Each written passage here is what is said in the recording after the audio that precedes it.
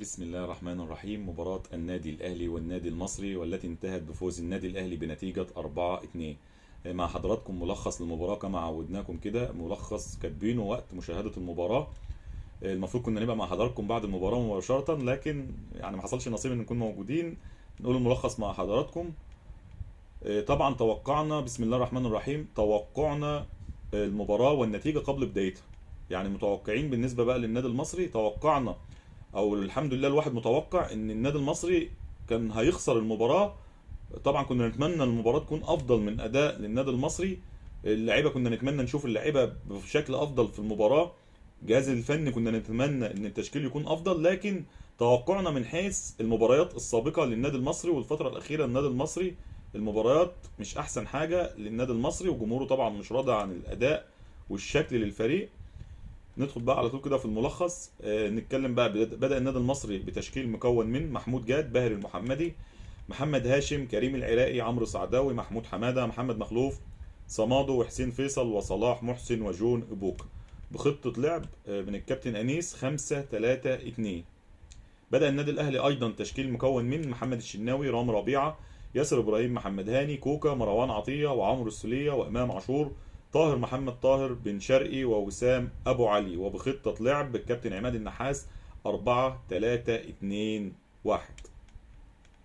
بدأ اللقاء سريعا في الثانية 37 بقى كده. المصري بادئ من بداية المباراة انه عاوز يهدف.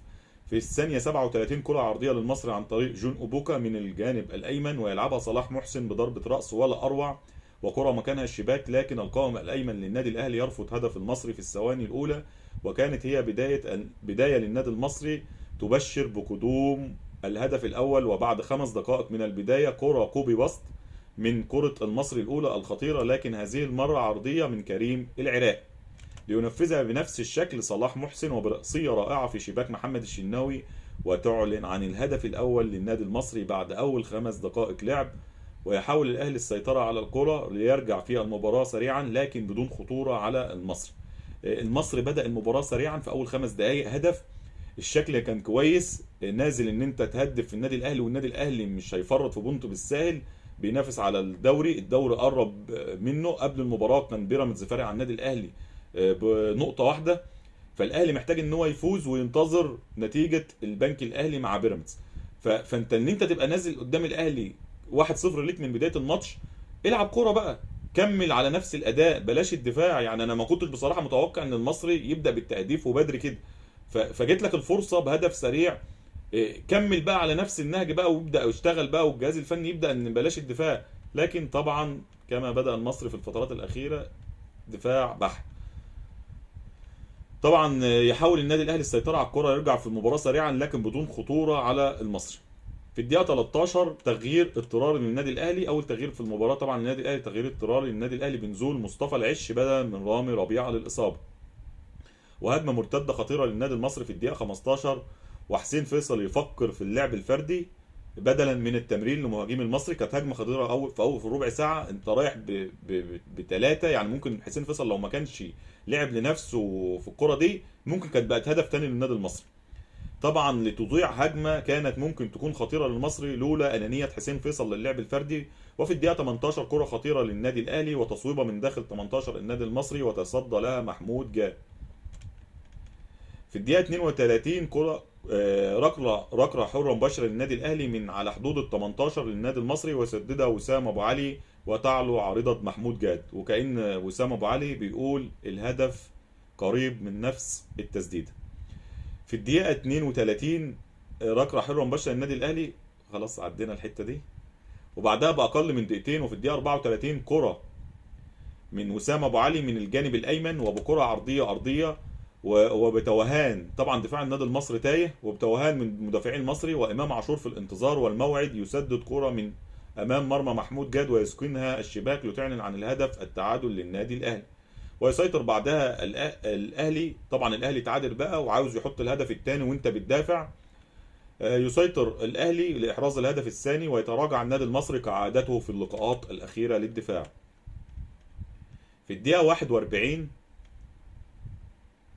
تعلن عن الهدف الثاني، طبعا بعد استحواذ للنادي الاهلي والمصري بيدافع عن الهدف الثاني للنادي الاهلي برأسية وسام ابو علي وعلى وسام ابو علي بعد رجوع حكم المباراه كابتن احمد الغندور للفار للتاكد من صحه الهدف يلغي الهدف بداعي التسلل، ويحتسب حكم اللقاء 5 دقائق وقت بدل ضائع لاحداث الشوط الاول. وفي الدقيقه الثانيه من الوقت بدل الضائع لاحداث الشوط الاول بكره عرضيه، يعني المصري رافض بقى ان هو يطلع حتى متعادل، رافض التعادل بكره عرضيه من بن شرقي يمررها محمود جاد حارس مرمى المصري. يعني محمود جاد اشترك في الهدف بتمريره محمود جاد باسيست اروع. الاسيست اللي عمله جاد طبعا زي ما حضراتكم شفتوا الهدف اسيست اروع من عرضيه بن شرقي، لينقض عليها طاهر محمد طاهر بهدف ثاني للنادي الاهلي، لينتهي الشوط الاول بنتيجه 2-1 للنادي الاهلي. بدأ الشوط الثاني سريعا في الدقيقة 48 تسديدة من عمرو السولية لكن تعلو عارضة النادي المصري. في الدقيقة 57 كرة عرضية مباشرة للنادي الأهلي ومن خارج ال 18 للنادي المصري، وكرة ليست قريبة، يعني الكرة أصلا كانت ضربة حرة مباشرة بعيدة مش قريبة من ال 18 لينفذها وسام أبو علي وتسكن شباك النادي المصري ومحمود جاد. في المباراة الأولى نركز بقى في الحتة دي، في المباراة الأولى مع النادي الأهلي والمصري من الدور الاول هدف بنفس الطريقه عن طريق المغربي يحيى عطيه الله لاعب النادي الاهلي، لتكون نسخه جاد هدفين بنفس اللعبه في الدور الاول وفي الدور الثاني. يعني ده النادي المصري استقبل هدفين بنفس الطريقه امام النادي الاهلي في الدور الاول لكن من لاعبين مختلفين، يحيى عطيه الله المغربي، وفي الدور الثاني من الفلسطيني وسام ابو علي. وكأن جاد مصمم على نفس الطريقه ونفس الاهداف. جاد بصراحه محتاج يشتغل على نفسه كتير، حارس متميز. طبعا الخطأ وارد لاي حارس برضه عشان ما نقصص على ما نبقاش مقصيين على اي لاعب، الخطأ وارد. لكن جاد محتاج، انا شايف ان جاد محتاج يشتغل على نفسه في حته الركلات الحره، يتمركز صح، يمركز الحائط بتاعه صح في الركلات الحره المباشره للفريق المنافس، يشتغل عليها اكتر، لان يدخل فيك هدفين بنفس الطريقه فدي انت محتاج ان انت تشتغل عليها اكتر. طبعا ويعلن وسام ابو علي عن الهدف الثالث للنادي الاهلي ويسيطر بعدها النادي الاهلي. يعني المفروض ان النادي المصري بقى عايز يرجع للمباراه، لكن النادي المصري بيدافع وهو خسران كعاده النادي المصري في المباراه الاخيره مع الكابتن انيس بوجلبان. ويسيطر بعدها النادي الاهلي ليزيد النتيجه والاهداف اكتر. في الدقيقه 70 تغييرين للنادي المصري، طبعا تغييرين خلاص بقى، يعني اصلا انت متاخر بفرق هدفين 3-1 بنزول ميدو جابر وفخر الدين بن يوسف بدلا من صمادو وجون اوبوكا. في الدقيقة 75 يتلاعب إمام عاشور بدفاع المصري وباهر في الموعد لا يتأخر في ركلة جزاء للنادي الأهلي. طبعا جت برضه في الفترة الأخيرة مع النادي المصري مفيش تركيز في الملعب، محتاج يشتغل على نفسه أكتر ويركز في الملعب. لاعب المفروض إن هو لاعب دولي ولاعب مستواه عالي، النادي المصري جايب لاعب دولي، فرسالة باهر اشتغل على نفسك أكتر، أنت لاعب، جمهور النادي المصري يأمل فيك دائما، أنت مدافع من المدافعين المتميزين، ودائما جمهور المصري يعني بيدعم جميع اللعيبه، لكن محتاج يشوف اللعيبه ان هي رجاله في الملعب اكتر وما تبخلش بنقطه علا عشان يبقى دائما داعم للاعيبته. طبعا اتكلمت تغييرين اخرين متاخرين للنادي المصري بنزول احمد عيد وكريم بامبو بدلا من كريم العراقي وصلاح محسن.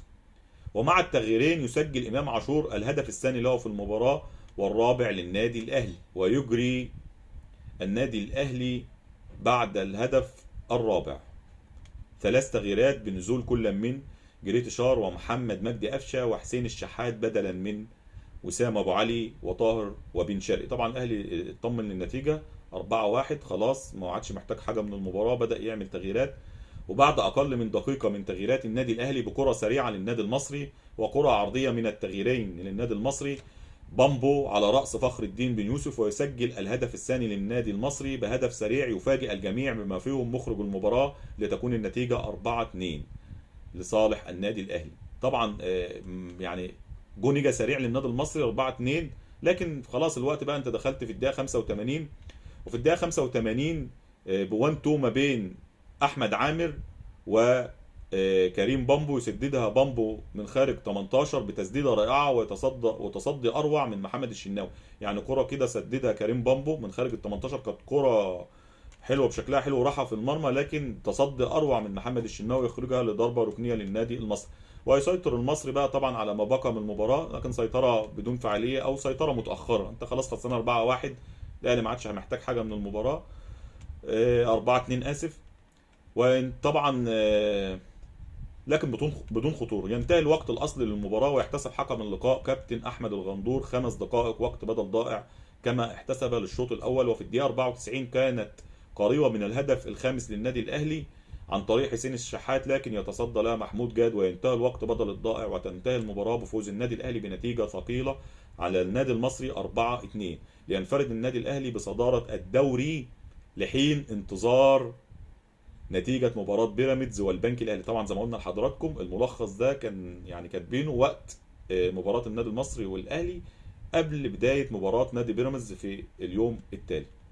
ولكن الحمد لله توقعنا معاكم طبعا المصري يقترب بخطوات، يعني حتى عاملين اهوت مع حضراتكم كده في الملخص قبل مباراه البنك الاهلي وبيراميدز. متوقعه بقى ان البنك الاهلي، انا متوقعه ان ممكن يكسب بيراميدز وينفرد بالمركز الرابع وفي ينزل المصري المركز الخامس.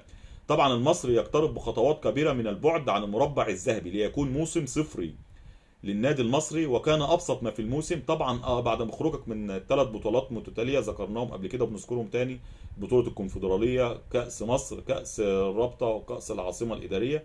كان ابسط حاجه لجمهور النادي المصري انه انه يعني يفنش في المربع الذهبي وفي المركز الرابع. طبعا الامل لسه موجود، فرق بينك وبين البنك الاهلي نقطه هنتكلم فيها. لكن يعني كان ابسط ما في الموسم الانهاء او التواجد في المربع الذهبي، لكن بتغيير وقرار خاطئ، خلينا نكون حقانيين، تغيير وقرار خاطئ لتغيير جهاز فني في وقت صعب يضيع على المصري في وقت قصير كل شيء في موسم كامل. يعني انت تغييره غلط طبعا بتغييره الكابتن علي ماهر. ما كنتش مقتنع بصراحه بالتغيير في الوقت ده، حتى لو انت كنت حابب ان انت تغير او شايف ان في نقط سلبيه او الاداء ما كانش احسن حاجه مع الجهاز الفني مع الكابتن علي ماهر، لكن عمره ما كان هيبقى بالوقت اللي احنا فيه وبالخروج من البطولات المتتاليه دي. فالتغيير في وقت صعب طبعا لازم بقى يبقى فيها سلبيات، والسلبيات ان المصري خرج من جميع البطولات المتواجد فيها، والمربع الذهبي خلاص بين قوسين او ادنى ان انت ممكن تكون خارج المربع الذهبي.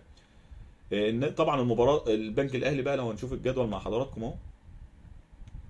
البنك الاهلي طبعا اخذ مكان النادي المصري المركز الرابع ب 36 نقطه زي ما حضراتكم كده هيظهر مع حضراتكم على الشاشه.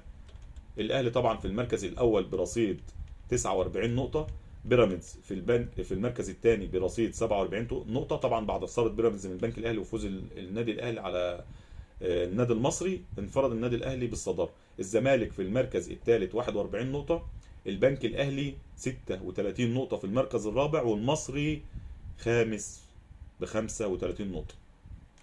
الامل لسه موجود. صعب لاداء النادي المصري في الفتره الاخيره، لكن نتمنى دائما نتفائل بالخير ان شاء الله. لعيبه النادي المصري بنقولها تاني مره واثنين وثلاثه وتكرار: النادي المصري عنده سكواد محترم، عنده لعيبه محترمه، هي نفس اللعيبه اللي كانت في بدايه الموسم ومع الكابتن علي ماهر. كل المحللين وجميع النقاد يشهدوا ان النادي المصري من احسن 4 فرق في الدوري كفريق. مستر كامل ابو علي ماهوش باخل على الفريق باي حاجه، لكن هي تغييرات زي ما اتكلمنا، والكل حدث حديث. يعني ان شاء الله بعد الموسم يبقى في شكل افضل، والنادي المصري ان شاء الله يبني للموسم الجاي باذن الله بشكل افضل. لكن اللعيبه الموجوده لعيبه رجاله قادره ان هي ان شاء الله. عندنا مباراه مهمه ان شاء الله غدا او اليوم الثلاثاء مع نادي فاركو. النادي المصري ان شاء الله يكسب المباراه يقرب للمربع الذهبي تاني، ولكن النتائج بقى يعني هتبقى متوقفه على نتائج البنك الاهلي. لكن مفيش ماتشات سهله، لسه عندك 4 مباريات صعبه، كل مباراه بالنسبه للنادي المصري كانها كؤوس. نتمنى ان شاء الله الافضل. لعيبه المصري لاعيبه نجوم ورجاله، معانا جهاز فني محترم، نتمنى الافضل بقياده الكابتن انيس ابو جلبان في الفتره مما تبقى من الموسم والاربع المباريات المتبقيه. نتمنى ان شاء الله يعني لو تفرحوا جمهوركم ببصيص من الفرحه بعد الخروج من البطولات هو التواجد في المربع الذهبي باذن الله. قادرين. ده الجمهور المصري داعم لفريقه ولاعيبته ولجهازه الفني، وجمهوركم في ظهركم. ان شاء الله تكونوا على قد المسؤوليه، وان شاء الله النادي المصري قادر ان هو ينهي في المربع الذهبي باذن الله. وطبعا نتمنى يعني الا نكون اطلنا في الحديث على حضراتكم، ودائما وابدا خير بدايه ونهايه للكلام هو الصلاة والسلام على سيد الأنام سيدنا محمد صلى الله عليه وسلم. وشكرا لكم، والسلام عليكم ورحمة الله وبركاته.